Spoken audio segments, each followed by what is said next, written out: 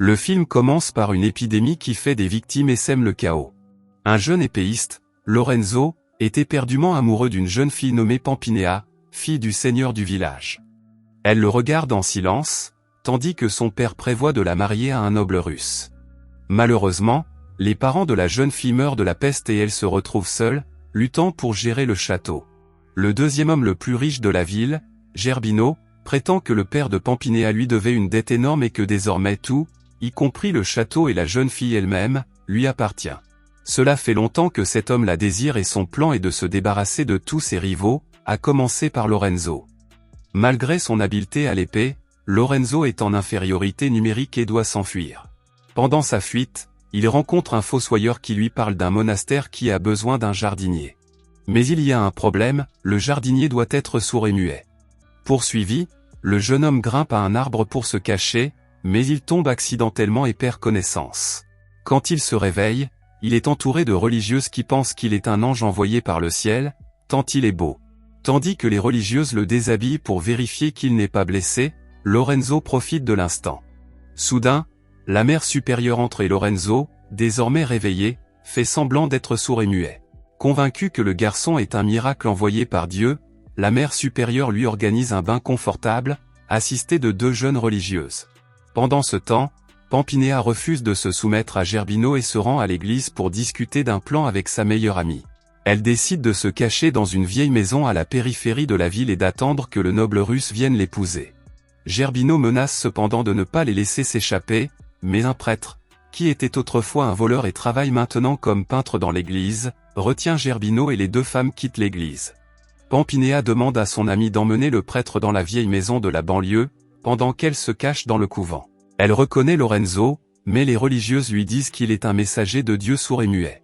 Peu après, la jeune fille voit Lorenzo tenir une religieuse par la main et entrer dans les bois, et lorsqu'ils en ressortent, ils semblent tous 2 heureux.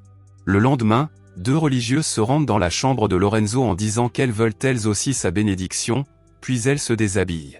La nouvelle se répand rapidement dans tout le couvent et même la mère supérieure l'invite dans sa chambre. Pampinea, qui voit tout cela, éprouve une colère inexplicable. Elle met un voile et entre dans la chambre de Lorenzo, mais elle couvre les yeux du garçon et lui murmure une confession d'amour à l'oreille. Après un baiser, elle s'en va, mais c'est justement ce baiser qui touche profondément le cœur du garçon. Pendant ce temps, les amis de Lorenzo rencontrent 2 paysannes, qui invitent les garçons à goûter du lait frais. Une fois les garçons allongés sous la vache, les filles se précipitent à l'intérieur et les maudissent. Gênés, les garçons quittent la ferme, mais malheureusement, la vache ne donne plus de lait. Pour détendre l'atmosphère avec leurs prétendus petits amis, les filles se rendent dans les bois, mais un groupe de voleurs apparaît soudainement et les capture. Le chef des voleurs leur dit qu'il leur donnera un travail et, lorsque les filles lui demandent de quoi il s'agit, il répond que c'est facile et que la plupart du temps, elles n'auront qu'à rester allongées. Les filles ne comprennent pas bien ce qu'il veut dire, mais dans cette situation, elles doivent d'abord sauver leur vie. Les filles exécutent une magnifique danse pour le chef des voleurs, mais étrangement, celui-ci ignore complètement leur performance. Les filles se fâchent et, voyant que le chef n'est pas intéressé, elles décident d'essayer une autre méthode. Le groupe de voleurs sous la scène est rapidement fasciné par la beauté des 2 filles et l'atmosphère devient très chaude. Les filles suggèrent un jeu pour comparer la taille des hommes, mais ce jeu provoque de manière inattendue une émeute parmi les voleurs. Profitant du chaos, les filles volent la clé, sauvent leurs petits amis et se préparent à s'enfuir. Au couvent, on apprend que le noble russe est arrivé en ville et se rend au couvent pour trouver Pampinea. La jeune fille est un peu partagée, car si elle part maintenant, elle ne reverra plus jamais Lorenzo. Elle a alors une idée folle et dit à la mère supérieure qu'elle a entendu Lorenzo chanter. La religieuse veut vérifier par elle-même, alors elle parle fort à l'oreille de Lorenzo, mais celui-ci se réveille en sursaut. Lorenzo s'explique en disant que c'est un miracle de Dieu et qu'il peut à nouveau parler et entendre, mais il est chassé du couvent. Voyant cela, Pampinea, qui s'apprête à partir, est ravi et se moque de Lorenzo. À ce moment-là, il ne sait pas quelle est la jeune fille qui lui a donné un baiser passionné. En la voyant partir pour retourner en ville, Lorenzo pense lui demander de le ramener. À ce moment-là, le prêtre arrive au monastère. Comme ils ont besoin d'un autre jardinier, la mère supérieure lui organise immédiatement un bain. Peu après, le noble russe arrive en ville et, lorsqu'il voit Gerbino, il est convaincu qu'il s'agit de son futur beau-père, c'est-à-dire le père de Pampinéa.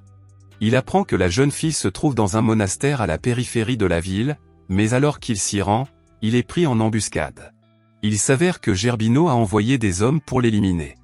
Le noble russe parvient à s'échapper de justesse et, lorsqu'il atteint la rivière, il aperçoit une belle femme qui se baigne. La femme dit être une noble de la ville et se rendre elle aussi à un mariage, et il comprend qu'elle doit être Pampinéa. Le cœur du noble russe est complètement conquis, et il décide de célébrer leur mariage après leur retour en ville. De son côté, Pampinéa retourne à son château et Lorenzo veut partir, mais la jeune fille l'invite à rester pour dîner. Cette nuit-là, Pampinéa, vêtue d'une robe de cérémonie, apparaît noble et charmante et, tandis qu'ils discutent, Lorenzo raconte son expérience au monastère, où il a été bandé et embrassé par une nonne. Pampinéa ne comprend pas pourquoi il est tombé amoureux d'une fille qu'il n'a jamais vue, juste pour un baiser. Lorenzo répond que c'est justement ce baiser qui l'a fait tomber amoureux. La jeune fille est très heureuse, mais elle feint l'indifférence et lui demande de prouver ses sentiments. Lorenzo hésite un peu et répond qu'elle est une noble et qu'elle est inaccessible pour lui. La jeune fille lui demande de fermer les yeux et de revivre cette sensation. À ce moment précis, Gerbino arrive, toujours déterminé à se débarrasser de tous les hommes qui entourent la jeune fille. Voyant Lorenzo en danger, la jeune fille n'a d'autre choix que d'accepter d'épouser Gerbino pour lui sauver la vie. Le jeune homme pense cependant qu'elle ne devrait pas épouser un vieil homme. À ce moment-là, le prêtre arrive, ayant été informé de la situation, et dit qu'il les aidera à célébrer le mariage. Gerbino, comme convenu, laisse Lorenzo partir. Mais la jeune fille dit au prêtre que Lorenzo est son véritable amour, alors le prêtre lui demande s'il l'aime aussi. La jeune fille répond qu'il l'aime, mais qu'il ne le sait pas encore. Le prêtre a du mal à comprendre, Pampinéa sort un sac de pierres précieuses, et le prêtre comprend immédiatement les paroles de la jeune fille. Lorenzo a déjà devancé le plan de Gerbino, il trouve donc le noble russe et les deux décident de retourner au château pour sauver la jeune fille. À ce moment-là, dans le château, le mariage a commencé. Selon l'accord secret conclu avec la jeune fille, le prêtre essaie de retarder autant que possible la cérémonie, ce qui agace beaucoup Gerbino. Lorsque le noble russe arrive, la cérémonie de mariage est déjà terminée. Il ne reconnaît pas Pampinéa, mais il crie qu'il veut venger ses partisans. Lui et Lorenzo unissent leurs forces et éliminent Gerbino. À ce moment-là, le noble russe s'agenouille et demande officiellement à Pampinéa de l'épouser, mais la jeune fille refuse sa demande. La jeune fille soulève son voile de mariée et dit qu'ils ne se sont jamais rencontrés. À ce moment-là, le noble russe aperçoit la meilleure amie de la jeune fille, qui s'avère être son véritable amour. Pampinéa découvre cependant que Lorenzo est parti, car il a dit qu'il allait chercher son véritable amour qu'il n'a jamais vu, et Pampinéa n'a d'autre choix que de dire la vérité. Elle demande au jeune homme de fermer les yeux et répète les mêmes mots qu'elle a prononcés au monastère, afin qu'il comprenne enfin que Pampinéa est la jeune fille de ses rêves. Si vous avez aimé cette vidéo, n'hésitez pas à la liker, à la commenter et à vous abonner pour me soutenir. Merci d'avoir regardé.